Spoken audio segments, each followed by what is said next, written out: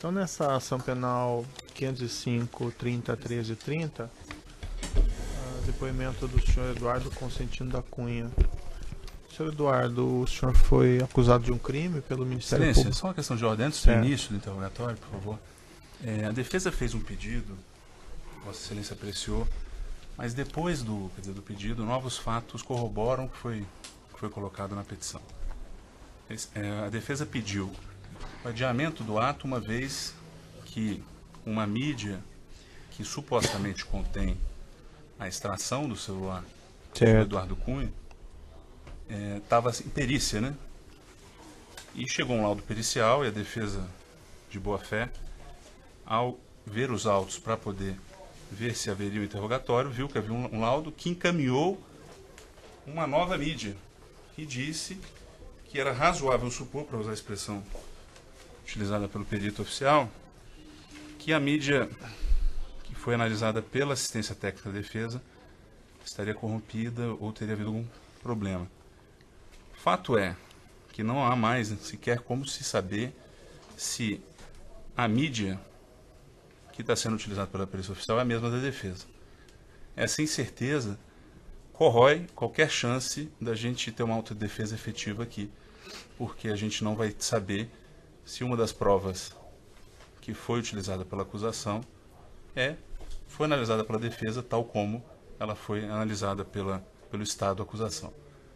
Então, já que Vossa Excelência, inclusive, deu 10 dias de prazo para assistência técnica, na visão da defesa, não custaria em nada a cautela de adiar o interrogatório depois desse momento processual, que aí sim o contraditório vai estar efetivado.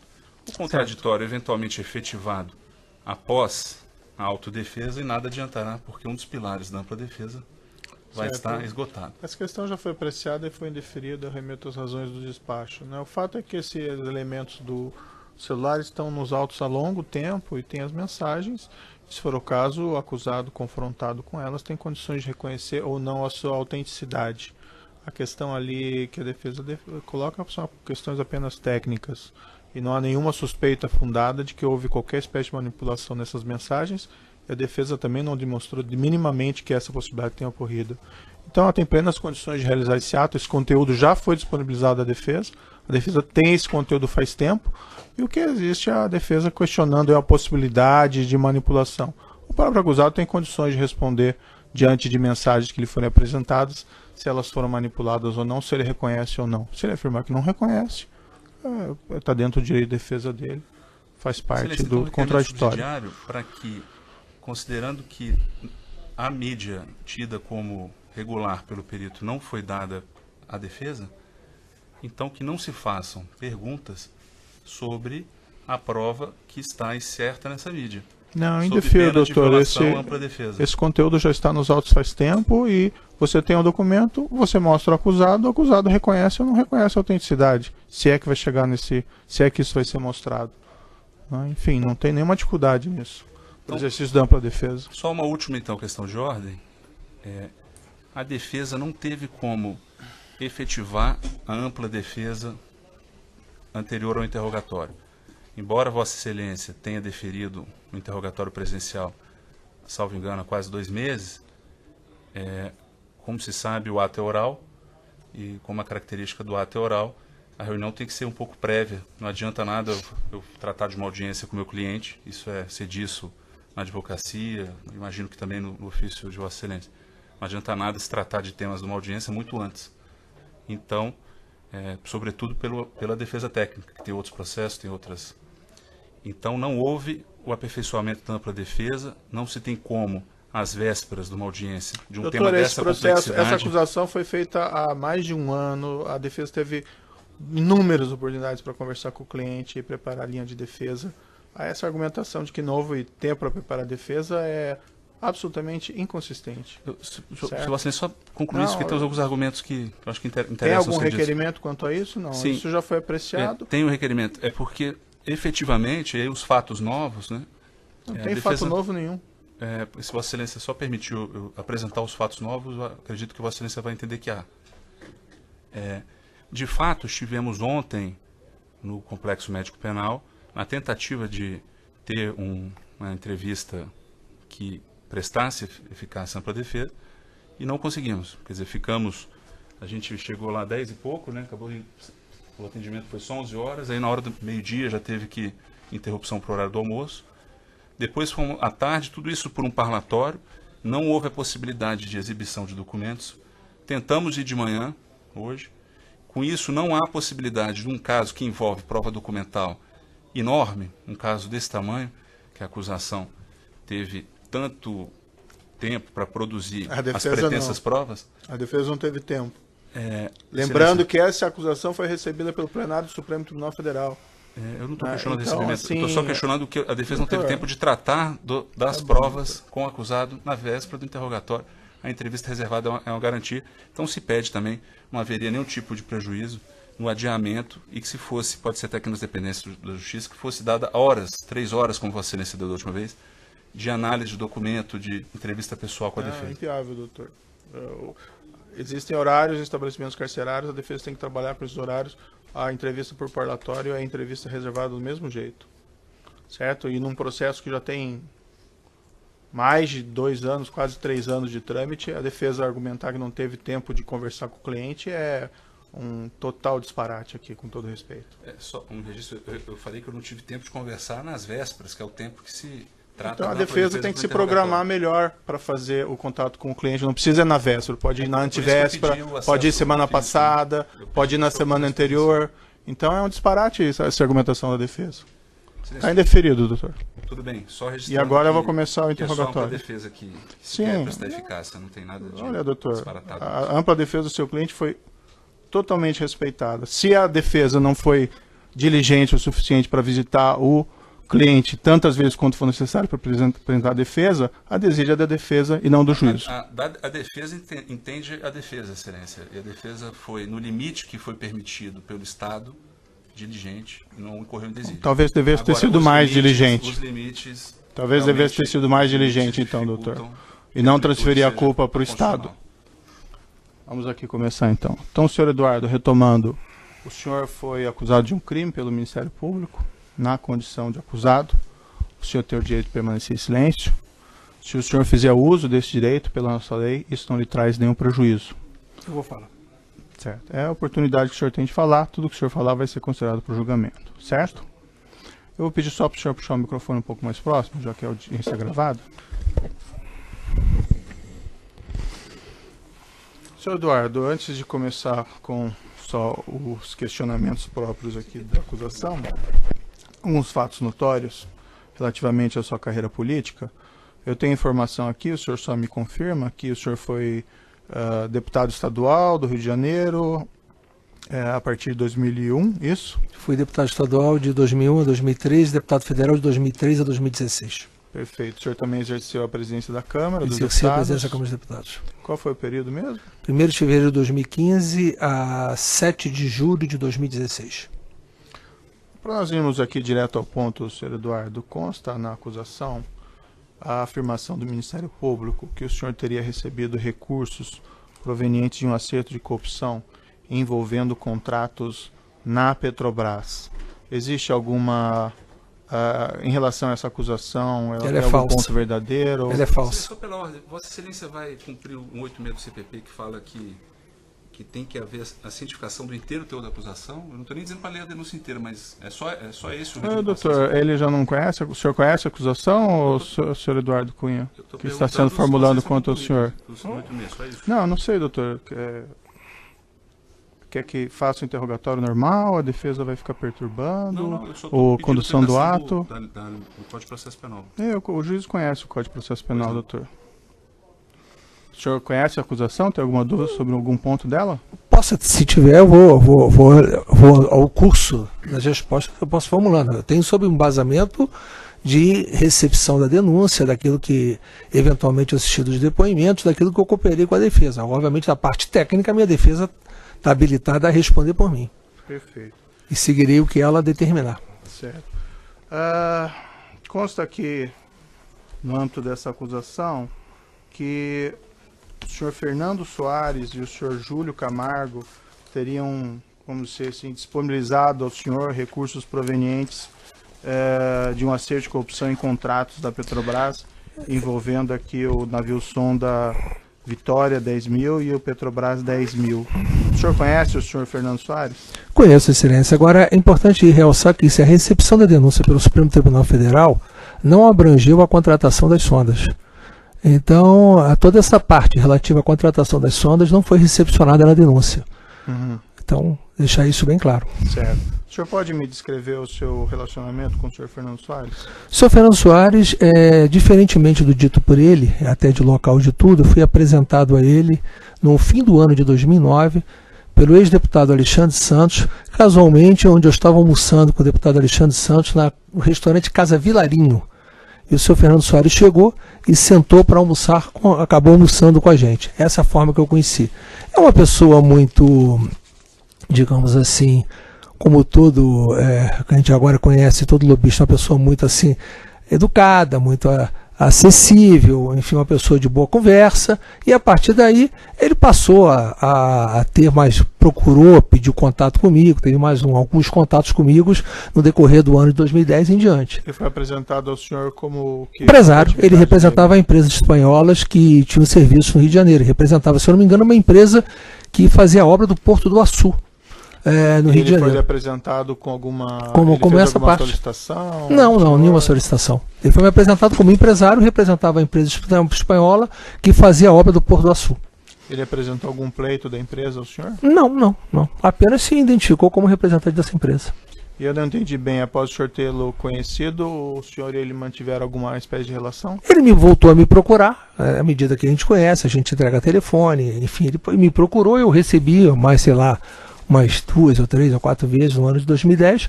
A partir até do início de 2010, tem um fato que ele coloca no depoimento dele de uma forma inverídica, que na medida que teve mais afinidade, ele passou, inclusive, a frequentar a minha casa. Na verdade, não tem afinidade nenhuma. A verdade é que eu fraturei meu joelho, e com a fratura de joelho, foi pública isso, durante 3 meses eu fiquei de cadeira de roda no Congresso Nacional no ano de 2010, e eu passei a atender na minha residência, porque eu tenho um escritório. Então eu pensei em atender todo mundo, ele e todo mundo dentro do meu escritório, da minha residência, porque eu não podia me deslocar. Eu tinha que ir para Brasília quase como uma operação de guerra, porque eu tinha que ficar com a perna levantada, em cadeira de roda. Foi uma fratura muito enjoada. Mas eu ia a Brasília porque eu me tratava no Sara Kubitschek. Então eu precisava ir a Brasília, até por causa disso. E recebi ele em casa a partir daí, como recebi todo mundo. Então não teve nenhuma afinidade para eu receber ele em casa. E eu tenho realmente um escritório em casa. Às vezes é muito mais cômodo para mim, às vezes, trabalhar em casa do que me deslocar, já que eu moro na Barra da Tijuca e meu escritório era no centro da cidade. Quantas vezes o senhor teve com ele aproximadamente? Tem alguma ideia? Em que período? Eu tive com ele muitas vezes. Mas mais de uma dezena de vezes?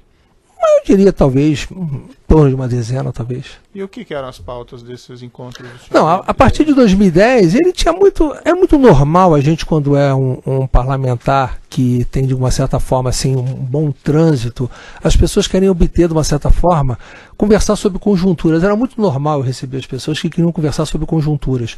Era uma das pessoas que procurava. Então, às vezes, ele aparecia no meu escritório, às vezes esperava 1 ou 2 horas para ser atendido, no meu escritório, que as pessoas que iam sem aparecer, eu recebia todo mundo, e recebia na ordem de chegada.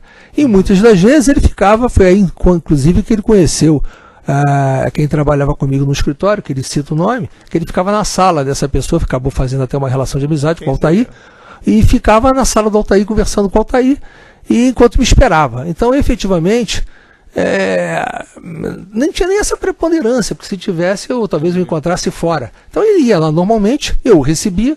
Às vezes, como ele foi também, como eu recebi em casa, ele até fala no depoimento dele, uma vez que ele foi, teve que esperar, porque eu estava atendendo outra pessoa. Era muito normal isso, a gente recebe. Foi uma conversa sobre conjuntura. Ele se autoqualifica, ou foi qualificado com alguns, como uma espécie de lobista, mas ele mesmo confessou em vários episódios a intermediação de pagamento de vantagem indevida a executivos da Petrobras, principalmente. Ele alguma vez, vamos dizer assim, fez alguma solicitação no âmbito de negócios ao senhor para que o senhor intercedesse? Não fez. Não fez. Não posso fazer acusação pela qual não. Até porque não tinha esse espaço. Agora, como ele era uma pessoa que mostrava ser um bom relacionamento no setor empresarial, e eu, no ano de 2010, no período de eleição, eu solicitei a ele, como solicitava a todo mundo, que pudesse, se tiver alguma possibilidade de obter doação eleitoral.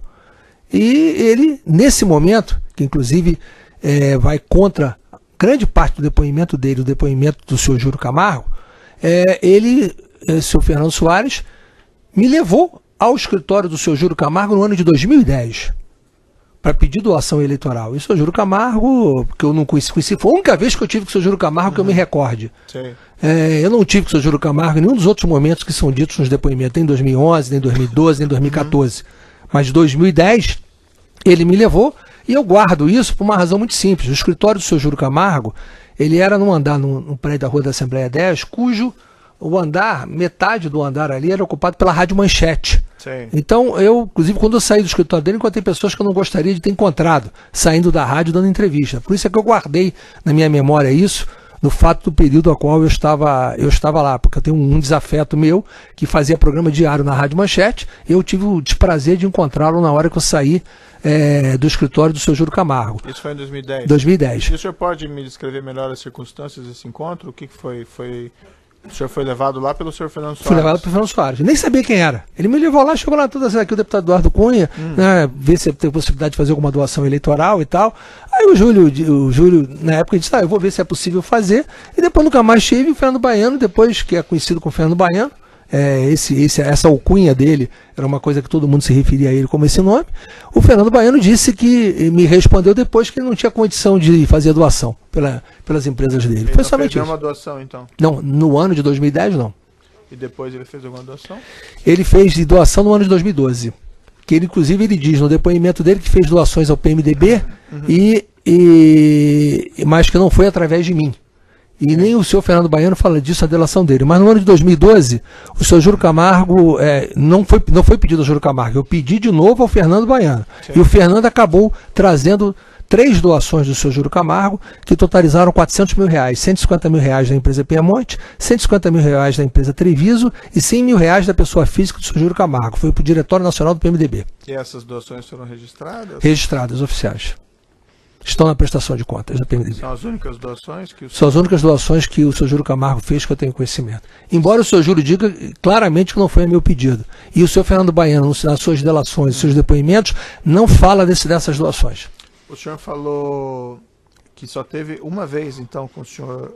Eu posso ter encontrado fortuitamente em algum local que eu não assemelhe, mas sentado com ele, na frente, como eu estou aqui com Vossa Excelência, somente essa vez. Há uma referência na denúncia a um encontro no escritório do Júlio Camargo em 2014, Avenida Magalhães de Castro, 4800, Torre 2. Inclusive, eu vi um depoimento dele, queria apresentar a prova e ele não apresentou. Certo. É esse endereço que o senhor teve em 2010? Não, tive na Rua da Assembleia número 10, Rio de Janeiro.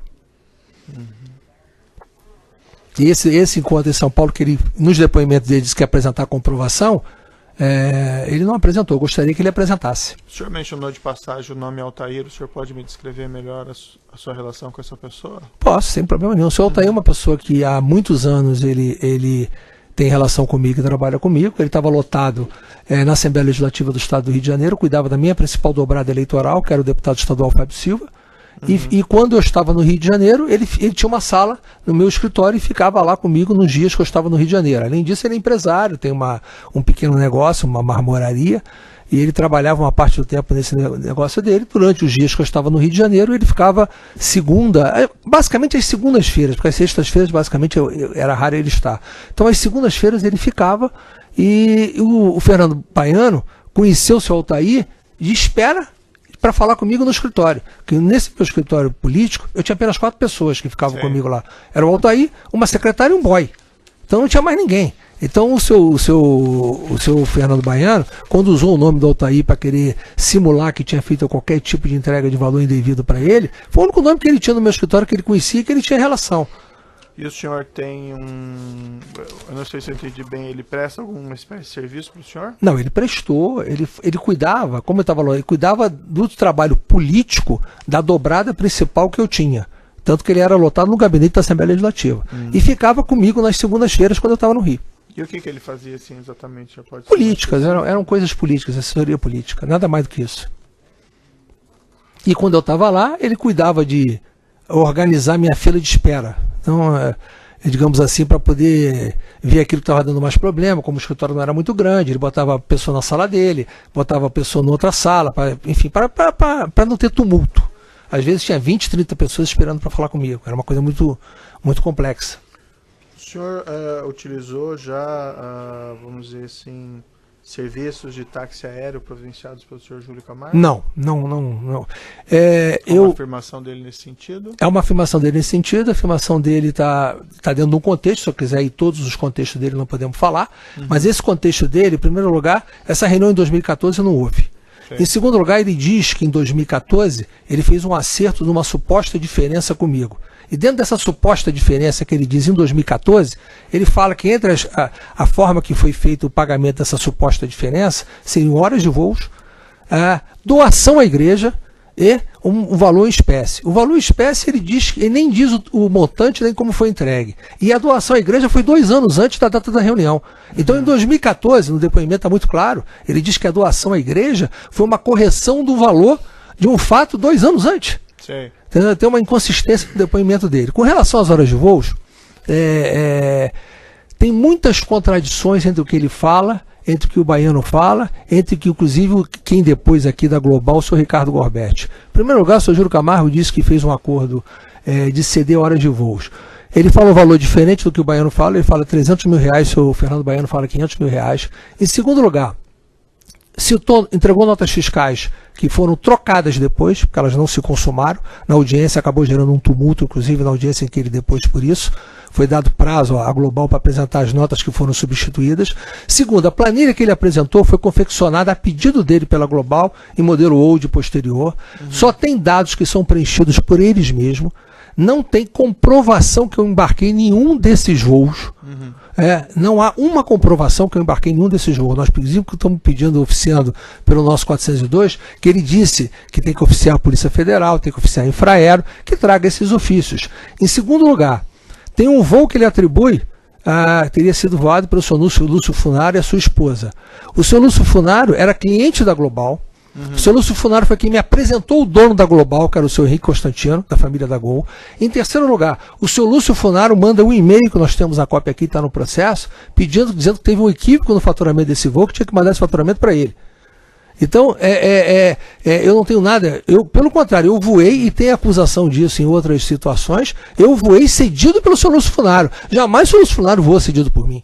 Isso não tem o menor cabimento. Agora, eu voei em táxi aéreo, fretado, voei pela Global, inclusive tem um voo que ele atribuiu ao senhor Júlio Camargo, que foi o único voo desses que estão atribuídos, que foi o que eu voei, que foi do dia 26 de outubro de 2014, e não está, a fatura não foi feita em nome da empresa Júlio Camargo, e sim da empresa intermediária que é a Extra. Então, esse voo eu voei e o meu nome não está na lista de passageiro. Por que eu tenho certeza, eu provo que eu voei nesse dia? Porque era o dia do segundo turno da eleição de 2014. Eu tinha ido fazer o programa da Bandeirantes ao vivo e saí de lá para Brasília, e eu tenho a prova de quem me levou para embarcar no avião, quem me buscou em Brasília. Eu fretei o avião que eu precisava ir para Brasília e não sabia a hora que ia acabar. Tanto que o avião podia se deslocar para, se passasse a hora de 11 horas, tinha que ir para Guarulhos. Certo. Então esse voo eu fretei e eu paguei. Então não há, e está na lista como sendo voo do senhor Júlio Camargo. O senhor até acabou provavelmente respondendo, mas só para então deixar claro, que é uma pergunta direta. Então o senhor nunca utilizou o serviço de táxi aéreo e pago pelo senhor Júlio Camargo? Nunca. Nunca. Tá. Essa companhia Global Táxi Aéreo, o senhor confirma que fez alguns voos nela? Às vezes, a Global é uma empresa muito grande. Então, às vezes, tinha serviços de recepção da Global, que eu não sei se exatamente o voo era da Global. Aconteceu muitas vezes eu embarcar e chegar na Global, porém não necessariamente que o voo era da Global. Quem fretava meus voos, todos essa empresa Extra. Eu tenho vários voos feitos que estão... Extra locação? Eu tenho vários voos feitos por ela que estão na prestação de contas da minha campanha eleitoral de 2014 e estão na prestação de contas do PMDB nacional. Inclusive, na minha campanha para presidente da Câmara, eu devo ter tido mais de R$1 milhão de voos feitos com a Extra, colocados na prestação de contas do PMDB. Então, isso tudo está lá, documentado, mas vários, não são um, são vários. Então, eu tinha uma relação, e essa Extra me foi apresentada pelo senhor Lúcio Funaro, era a empresa brokeragem que trabalhava para ele. Sim. Então, toda a confusão que pode haver com o senhor Lúcio Funaro, eu fui apresentado pela empresa por ele.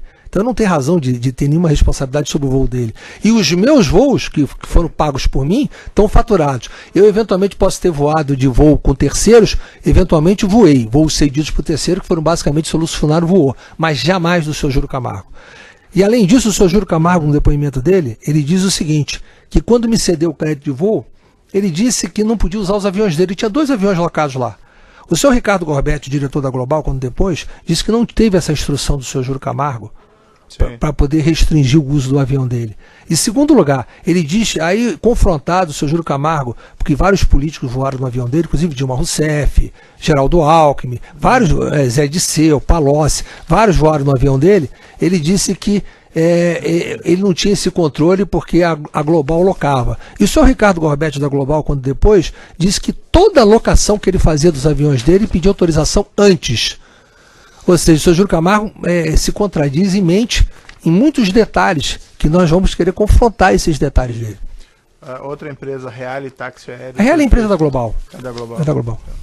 O senhor mencionou agora há pouco o seu escritório político, é esse na Avenida ali no Peçanha, 50? 50, sala... Eu tenho 3 escritórios dentro da Nilo Peçanha 50. 3201, 3202 e 2909. Certo. O senhor Alberto Youssef, o senhor chegou a conhecer? Nunca tive com ele na minha vida. Nunca o vi na minha vida. Aliás, ele diz isso no depoimento dele, que não me conhece, mas depois, no meio do depoimento, ele chega no momento que ele diz o seguinte: uma vez Paulo Roberto, o Fernando Baiano levou Paulo Roberto no meu escritório e Eduardo Cunha apareceu. Quer dizer, ele diz que não me conhecia, depois diz que eu apareci no escritório dele. Paulo Roberto nega. Então, são as contradições que precisam ser checadas. Há uma referência a um entregador... Aliás, para dizer que eu não vi o senhor Youssef, eu vi na Superintendência da Polícia Federal no momento que eu estive detido lá. Há uma referência na denúncia ao nome de Jaime Careca, que seria... Não conheço. Não conhece a pessoa? Não, nunca vi.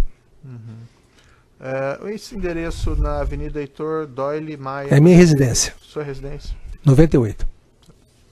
Consta que foi apreendido um telefone celular nesse local, que foi objeto desse exame. Qual que era o número do celular que você utilizava? Só pela ordem. A respeito do celular, a orientação da defesa com o fim de preservar para a defesa, tendo visto tudo que já foi exposto aqui, para que não seja respondido. A defesa não teve acesso à mídia que a perícia diz que é a mídia correta do celular. Tá, mas teve acesso ao conteúdo, né? Eu posso fazer qualquer resposta em tese, mas eu não vou, até porque pelo seguinte, não é só esse detalhe que a minha defesa falou, não. A perícia técnica que foi feita não foi feita sobre o aparelho celular. O aparelho celular encontra-se um Supremo. E a perícia, o laudo fala claramente, foi feito sobre a extração feita pela própria Polícia Federal. Então eu pedi isso hoje à minha defesa, que peça a perícia do aparelho celular, que ela não foi feita. Entendeu? Mas os dados foram extraídos, constam nos autos lá, esses dados foram disponibilizados à sua defesa, provavelmente o senhor teve acesso a isso. O senhor não reconhece o conteúdo daquela mensagem? Eu não tenho a lembrança específica sobre isso, então eu não posso reconhecer. Eu posso, em tese, esclarecer qualquer fato que Vossa Excelência colocar, mas com a ressalva de que eu não confirmo, nem desminto, nem confirmo. Então mostrar as mensagens para o senhor que estão nos autos faz tempo, Não, só pode, em tese, fazer qualquer pergunta sobre detalhes que eu posso lhe responder. Em tese, eu posso lhe responder. E qual que era o telefone, então? O número do telefone, então?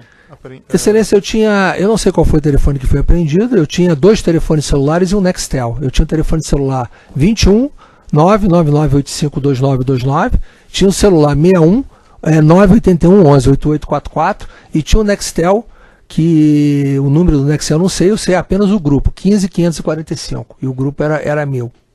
O senhor utilizava BlackBerry nas suas comunicações? O aparelho tinha BlackBerry. A da defesa sobre esse tema, só para esclarecer, é que não há resposta porque remete indiretamente a uma perícia que na visão da defesa não está perfectibilizada. Em tese eu responderei sobre o conteúdo, se Vossa Excelência quiser fazer alguma pergunta sobre algum conteúdo duvidoso. Sobre o resto de detalhe, eu estou apenas declinando os telefones. Mas aí é o seguinte, o seu advogado orienta uma coisa, o senhor me diz outra, então assim, só para definir, então, vai responder ou não vai responder? A orientação é essa. Se Vossa Excelência me perguntar um detalhe de um conteúdo sem admitir que efetivamente isso posso até te esclarecer. O que você está querendo dizer é perguntar dos fatos que podem hipoteticamente estar tratados nas mensagens? Isso sim, isso eu admito falar. Agora, mais do que isso, eu prefiro não falar. Prefiro atender a defesa. Por exemplo, nesse relatório de mensagens que se encontra nos autos há muito tempo do aparelho celular, constam aqui. Eu vou interromper aqui pelo tamanho do áudio, já retomamos.